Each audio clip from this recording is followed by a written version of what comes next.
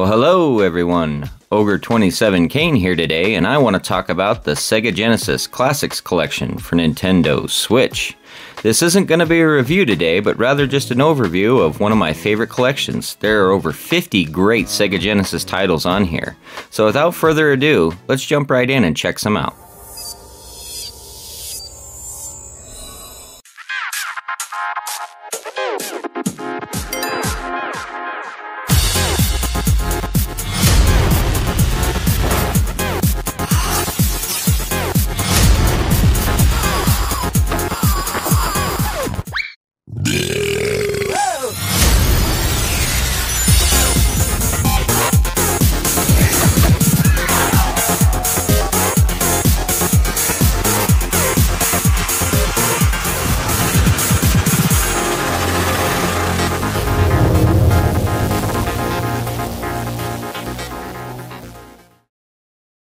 So first of all, this isn't just an up-res and port of some of these games. This is actually a really well done enhancement.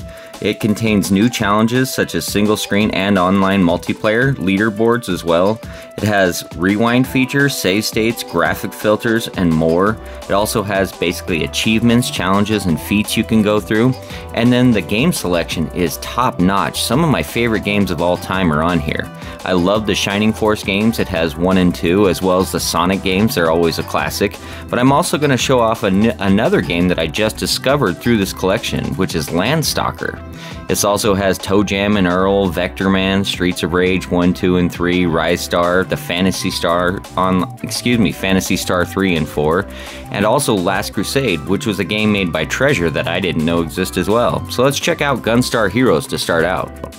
So this game is probably the best side-scrolling shooter I've ever played. First of all, having the different selection with your weapons to choose from not only to start but to play, and a stage select really enhances the experience every time you play this game through. You can make it a little bit different each time, but what really stands out to me is how fast and frantic the gameplay is while maintaining an absolutely perfect performance. I never really had any issues with frame rate or skips or latency or anything. This game functions extremely well and runs great even today. This is a fantastic port of this game, and yes, it is a fairly short game, but its replayability is really where it's at. I've probably played this game through 10 times in my lifetime, and I'll probably play it through another 10 more. This game really stands out to me as one of the best games on the system and highlights the Sega Genesis's power. Check it out. Let's move on now to Shining Force. So this is by far and away my favorite RPG experience on the Sega Genesis. Yes, it's a tactical RPG and not really a traditional story-driven turn-based, and the story is pretty weak in this game, but to be completely honest, this is like the granddaddy of all tactics games, and it's done fantastically. All of your characters are unique and different, and each one has their own skills and classes, and they upgrade as they grow. The game's not very long, you can beat it in about 10-15 hours, and if you really want to invest time, you can 100% everything. That's not what really stands out though today to me. What really stands out is how well this game holds up. Going back and looking at this game compared to some newer tactical RPGs, this game still looks absolutely gorgeous and has really sound functioning mechanics. The Shining Force series has gone on for a long time now, and really my favorite one is the second one. But the first one really showcases what an early Genesis game had the power to do, and I love it. So let's move on now to Toe Jam and Earl. So frankly for me, this game is fun, but it's dumb fun, and I really enjoy the audio the most, so I want to show that off first.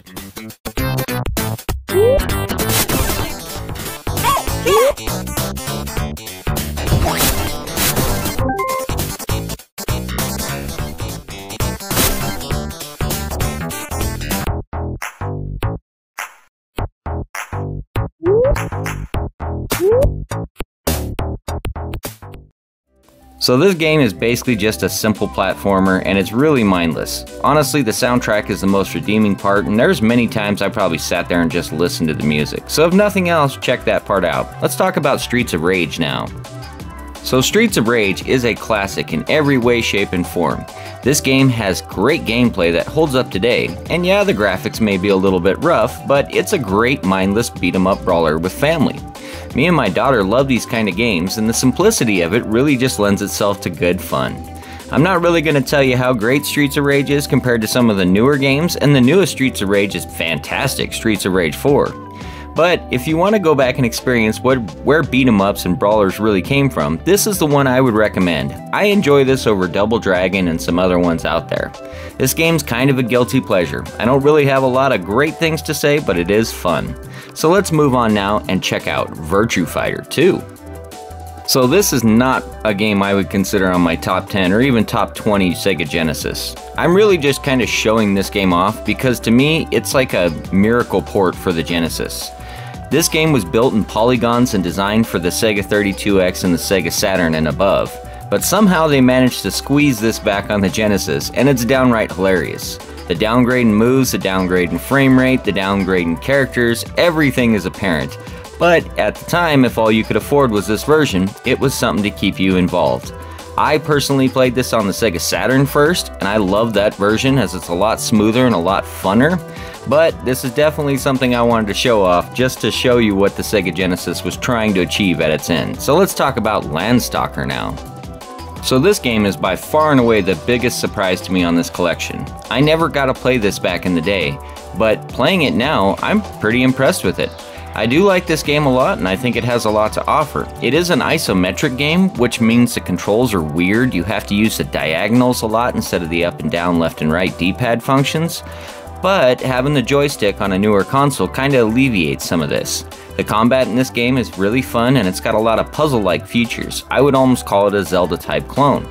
One of the coolest things about this game, though, is how the story in it actually is pretty good, and it has a good flow to it. It really does keep you involved in wanting to see the next part. There's not a lot of annoying parts to this game. Granted, I'm still pretty new to it, though. So let's check out Vector Man now.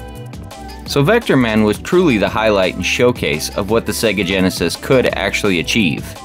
The game is not technically 3D, but they did such a good job with constructing the polygons, movement, and animation that it appears 3D, and it has a lot of scaling. As you can see, the backgrounds have many layers, and the enemies have many different animations and movements unto themselves. Now, this game is extremely difficult. I've never beaten this game, and I don't think I've ever been past level 3. This game is a lot of fun in its movement, momentum, and combat, but until you get a really firm grasp on that, you'll get stuck on the first level over and over and over. It's still a really cool showcase though, and I do like the game, and it's cool having the first and second ones on here. Well, that's just a small snippet of some of the coolest games that are on here. If you enjoy the Sega Genesis, I highly recommend checking out this collection, as it's pretty cheap now. So, thank you for watching today's video. It was a blast to make. I upload every single Monday. If you enjoyed this, please like and subscribe, and have a great rest of your day. This is Ogre27Kane signing out.